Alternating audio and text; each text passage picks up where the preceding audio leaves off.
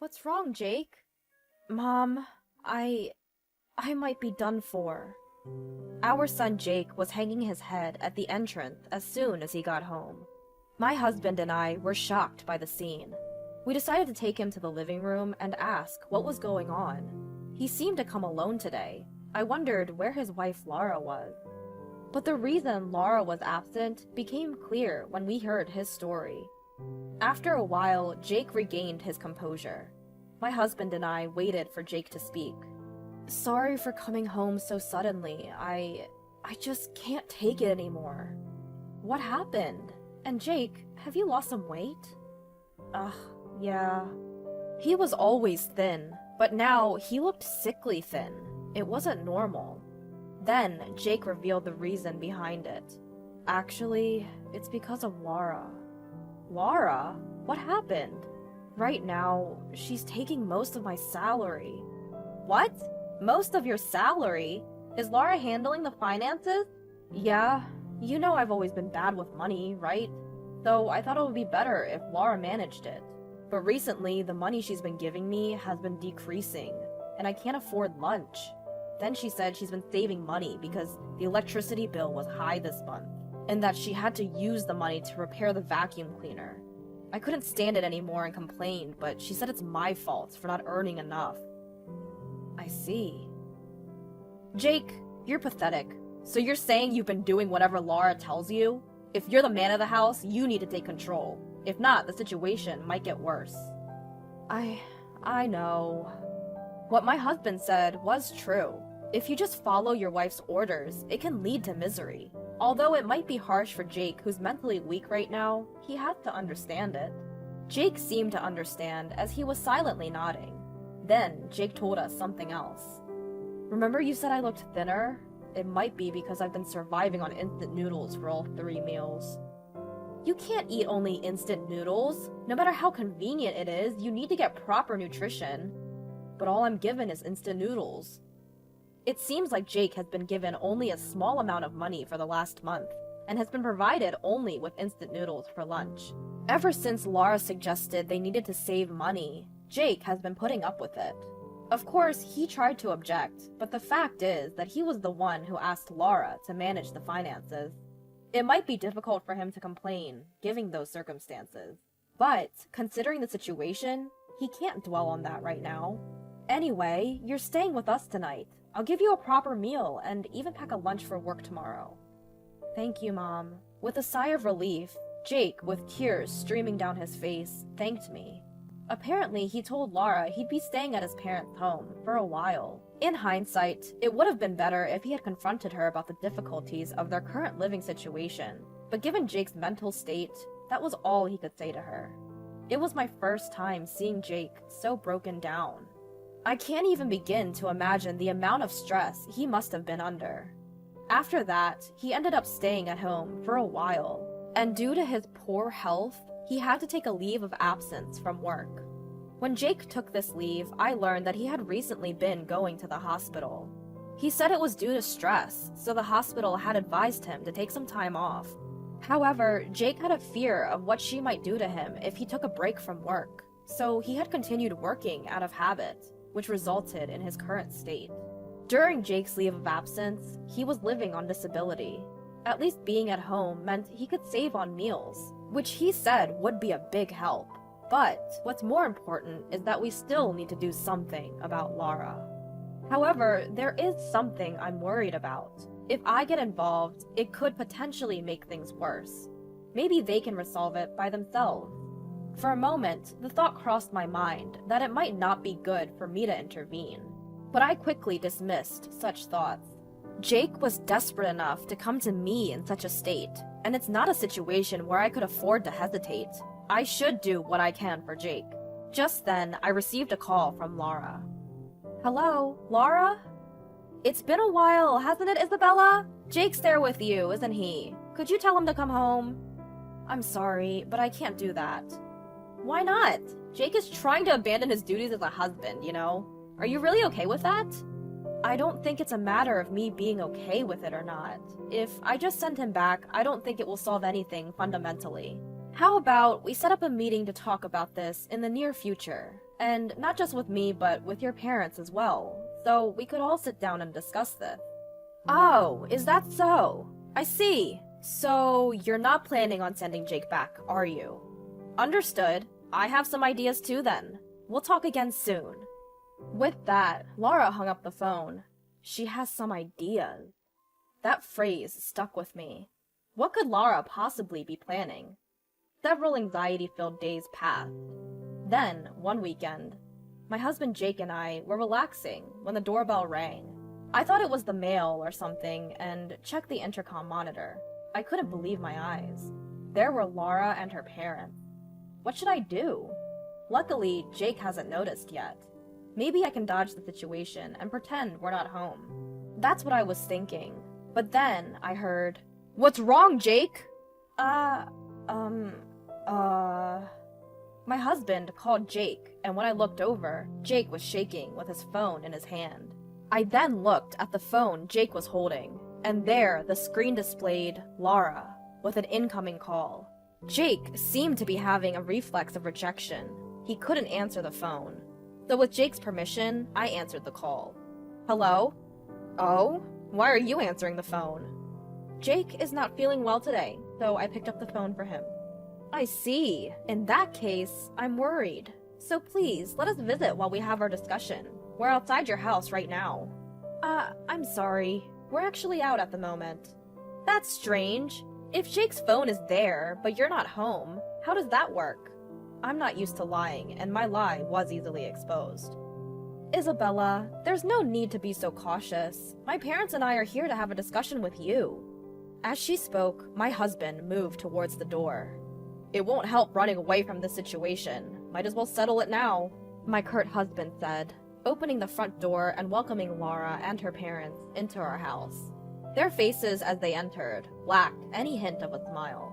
In fact, it seemed as if they were glaring at us.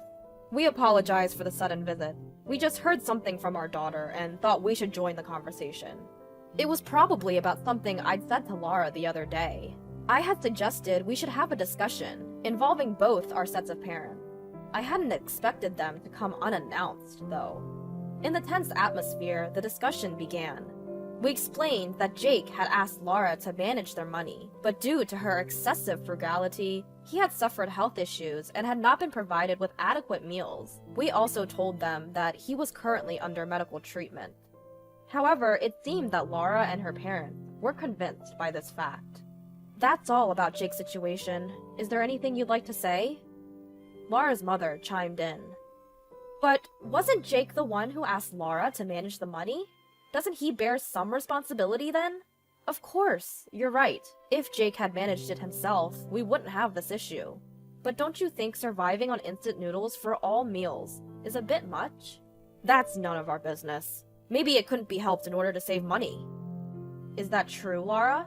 Yes, it is. I never waste money, but Jake often buys a lot of unnecessary things. What? I didn't buy anything. Stop lying, Jake. She laughed.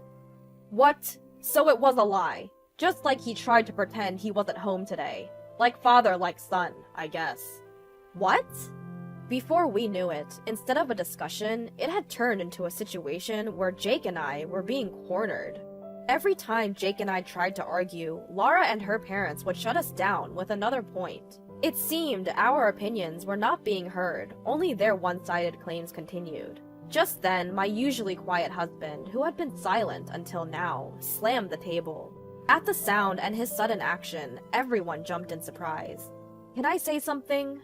Laura, are you and your parents trying to say that it's all Jake's fault? I'm not saying that. I just think that if they are a couple, then they should lay everything out on the table and have a good, honest discussion. Then they might be able to get along again. Lay everything out. I see. I understand. You might be right. What? I'll talk to Jake again here. So, would you be willing to set up another discussion on a different day? I think everything will be clear by then. It seems you're a reasonable man, sir. All right. I apologize for my previous rudeness. How about 2 weeks from today for the next meeting? I don't think it's good to leave it too long. Sounds good. That will be sufficient. And so it was decided that the meeting would take place at a later date, as my husband had suggested. After the three of them had left, I turned on my husband furiously. Why would you say such a thing? It's as if you're admitting that Jake is in the wrong. Calm down. I didn't think Jake was at fault, nor did I particularly want to smooth things over. Then why? Don't you find it strange? Why go to such lengths to make up with Jake? Huh? She brought her parents with their complaints, all with the aim of reconciliation. In a situation like this, I wouldn't even consider reconciliation. He had a point. If they cared about their daughter, they would either discuss divorce or approach the situation more calmly. Perhaps there was another objective. As I pieced together the situation, I realized one thing. What makes Jake so essential to Laura and her parents? The first thing that came to mind was money. From what Jake had shared, he had a pretty decent salary. However, he couldn't go against Laura, so he wasn't able to get allowances or such. In that case, Laura and her parents might be depending on Jake's money. But recently, he had switched to disability benefits and had a separate account for his salary. If that's the case, they must be in trouble. Perhaps they made contact because they wanted Jake to come home quickly and secure his salary. After discussing with my husband, we reached that conclusion and immediately told Jake. Jake, if this continues, you'll be drained by that family. I think it's better to make a decision before that happens. I'm sorry, but this is something only you can decide. So think it over carefully. I understand. It was a hard decision, but Jake also had to move forward. Making decisions for oneself is crucial. About a week later, Jake came to a conclusion. Mom, Dad, I'm getting a divorce. My husband and I embraced Jake, honoring his decision and the courage it took. It wasn't an easy thing to do. He must have thought about various things. Whether this is the right decision or not, we don't know. But we will understand as we continue to live. At least, I thought it was a good decision. Then, we started helping Jake prepare for the divorce. We had to push the meeting back a little because it didn't seem like we would make it in 2 weeks. So we told Laura's family. They made some snide remarks, but knowing that this relationship would soon be over made it bearable. Once everything was ready, we sat and waited for their call. Then, Laura and her father came to our house right away. What's this all about? I didn't hear anything about a divorce mediation. So, this is why you wanted to postpone the meeting. What a joke. Let me tell you, I'm not attending any of this mediation. My daughter will never get a divorce. Laura and her father were furious.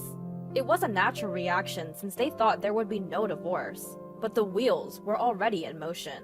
There was no stopping it now. Please, calm down, both of you. Our decision to divorce will not change. Please, leave now. You! Could you please stop? Besides, didn't you say you were going to lay everything out in the open? You're hiding something from us, aren't you? Like how you're taking Jake's money through your daughter. What are you talking about? Stop the poor excuses. We have all the information. It was a bit costly, but we had a detective investigate you. You quit your job last year, didn't you? You're living a pretty comfortable life, aren't you? Taking it easy with a job and living on Jake's money.